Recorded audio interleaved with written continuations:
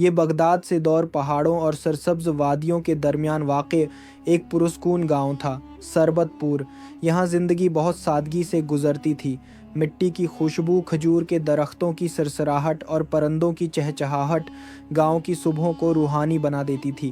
اسی گاؤں میں ایک محنتی انسان یوسف رہتا تھا۔ وہ پیشے سے مزدور تھا اور خواجہ سلیم کے کھیتوں میں برسوں سے کام کر رہا تھا۔ یوسف کا جسم ہمیشہ پسینے میں بھیگا رہتا، مگر اس کے دل میں ایمانداری اور صبر کی روشنی تھی۔ یوسف کا چھوٹا سا گھر گاؤں کے کنارے پر، مٹی کی دیواریں، کھجور کی شاخوں کی چھت اور سامنے ایک چھوٹا سا آنگن جہاں اس کی بیوی رابعہ صبح و شام دیا جلایا کرتی تھی۔ گھر میں اس کی ضعیف ماں امینہ بی بی بھی تھیں، جن کی آنکھوں میں عمر کی تھکن مگر دل میں دعاؤں کی دولت تھی۔ 3 بچے تھے، معصوم سعید، چلبلی مریم اور ننھی نرگس۔ ایک دن ہمیشہ کی طرح سورج کی پہلی کرن کے ساتھ یوسف کھیتوں کی طرف نکلا۔ ہوا میں ہلکی ٹھنڈک تھی اور زمین اوس کی نمی سے مہک رہی تھی۔ وہ اپنے بیل کے ساتھ ہل چلا رہا تھا کہ اچانک اس کا ہل کسی سخت چیز سے ٹکرایا۔ یہ کیا ہے؟ اس نے چونک کر سوچا۔ مٹی کو ذرا سا کھودا تو ایک پرانا لکڑی کا صندوق نظر آیا، جس پر مٹی کی موٹی تہ جمی ہوئی تھی، جیسے برسوں سے کسی نے اسے چھوا ہی نہ ہو۔ یوسف نے اسے باہر نکالا، ڈھکن کھولا اور اس کی آنکھیں حیرت سے پھیل گئیں۔ اندر سنہری اشرفیوں کا ڈھیر تھا۔ سورج کی روشنی میں وہ سکے ایسے چمک رہے تھے جیسے زمین کے دل نے سونا اگل دیا ہو۔ قریب ہی کھیلتے ہوئے اس کے بچے دوڑے آئے۔ ابا جان، اب تو ہم امیر ہو گئے، سعید نے خوشی سے کہا۔ میں تو شہر جا کر بڑا سا جھولا خریدوں گی، مریم بولی، اور نرگس اپنے ننھے ہاتھوں سے سکھوں کو چھو کر کھلکھلا اٹھی۔ مگر یوسف کے دل میں ایک عجیب بے چینی تھی۔ امینہ بی بی پاس آئیں، صندوق کو دیکھا اور آسمان کی طرف ہاتھ اٹھا کر کہا، یا اللہ، یہ کیسی آزمائش ہے؟ یوسف کے دل کی گہرائیوں سے ایک آواز گونجی، یہ دولت تمہاری نہیں بیٹے، یہ کسی کی امانت ہے۔ اس رات یوسف کا دل کشمکش میں مبتلا رہا۔ دولت اور ایمان کے درمیان ایک جنگ تھی۔ رابعہ نے نرمی سے پوچھا، کیا سوچ رہے ہو یوسف؟ یوسف نے گہری سانس لی اور کہا، آج زمین کے سینے سے سونا نکلا ہے، مگر میرے دل کا بوجھ بڑھ گیا ہے۔ یہ دولت ہماری نہیں، نہ جانے کس کا حق ہے۔ رابعہ نے بچوں کی طرف دیکھا، معصوم چہرے، چمکتے خواب۔ اگر یہ مال کسی کا ہے، اس نے دھیرے سے کہا، تو لوٹانا فرض ہے۔ ایمانداری ہی انسان کا اصلی زیور ہے۔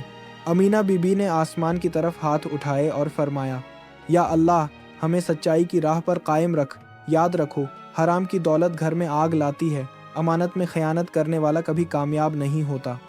یوسف نے فیصلہ کر لیا، صبح ہوتے ہی یہ صندوق خواجہ سلیم کو لوٹا دے گا۔ اگلی صبح جب موذن کی آواز اللہ اکبر کہتی فضا میں گونج رہی تھی، یوسف نے صندوق اٹھایا اور بھاری قدموں سے خواجہ سلیم کی حویلی کی طرف چل پڑا۔ خواجہ سلیم گاؤں کا زمیندار تھا، ظاہر میں شریف مگر دل میں لالچ کی آگ بھری ہوئی۔ یوسف نے صندوق اس کے سامنے رکھا اور سب حال کہہ سنایا۔ خواجہ سلیم نے ڈھکن کھولا۔ اشرفیوں کی چمک اس کی آنکھوں میں لالچ کی روشنی بن کر بھڑک اٹھی۔ وہ بولا، ماشاء اللہ، ماشاء اللہ، تم بہت نیک آدمی ہو یوسف، اللہ تمہیں جزا دے گا۔ یہ ایمانت میں سنبھال لیتا ہوں، معلوم کرتا ہوں کہ کس کی ہے۔ مگر رات کو جب سب سو گئے وہ تنہا بیٹھا اشرفیاں گننے لگا۔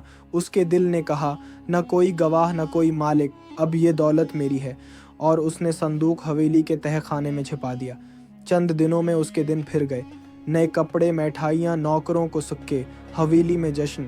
گاؤں والے حیران، کل تک جو قرض دار تھا آج اتنا امیر کیسے ہو گیا؟ ادھر یوسف کے گھر میں خاموشی تھی۔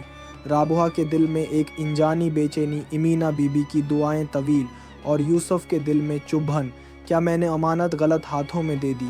آہستہ آہستہ یہ چرچا گاؤں کے سردار مرتدی خاں تک پہنچا۔ انصاف کا علم بردار، بہادر اور دیانت دار شخص، اس نے تحقیق کا فیصلہ کیا۔ وہ رات کو عام آدمی کے لباس میں گاؤں میں نکلا اور سب حال سن کر بولا، یہ معاملہ سیدھا نہیں لگتا۔ اگر یہ امانت تھی اور سلیم نے چھپائی تو یہ صرف لالچ نہیں، خیانت ہے۔ صبح ہوئی تو مرتدی خاں یوسف کے گھر پہنچا۔ اس کی سادگی اور ایمانداری دیکھ کر سمجھ گیا، یوسف بے گناہ ہے۔ اب اصل چہرہ سلیم کا سامنے لانا ہے۔ وہ حویلی پہنچا۔ سلیم نے بڑے ادب سے کہا، حضور، آپ کی آمد سے حویلی روشن ہو گئی۔ مگر مرتدی خاں کی نگاہ میں گہرائی تھی۔ اس نے پوچھا، سلیم، وہ صندوق کہاں ہے؟ سلیم نے بنا جھج کے کہا،